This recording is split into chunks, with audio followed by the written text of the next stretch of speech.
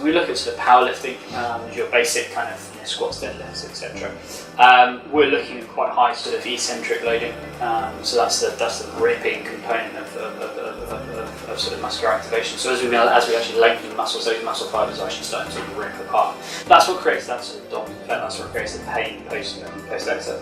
When we then start looking at more sort of powerful explosive lifting, kind of plyometric type stuff, your Olympic lifting, we then start looking at much more sort of compressive forces. So we've then got that ability, that requirement rather, to actually decelerate load at a very fast rate.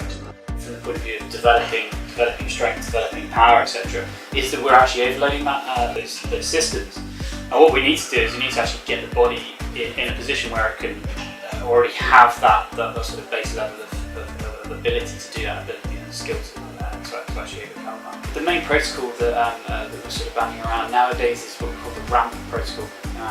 That's an acronym for raise, activate, mobilise and potentiate.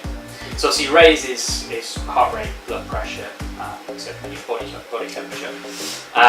Simple kind of moving around will sort of generate that.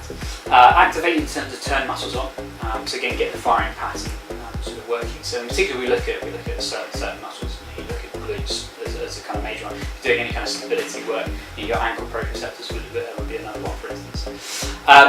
We then look at mobilise. That's all about just getting range of movement within the joints. Again, in a very dynamic kind of setting, but looking at typical leg swings, Spider-Mans, etc.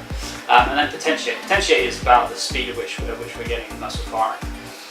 So we'd always sort of end off with that. That would be sort of a little bit sort of plyometric type stuff, a little bit jumping stuff.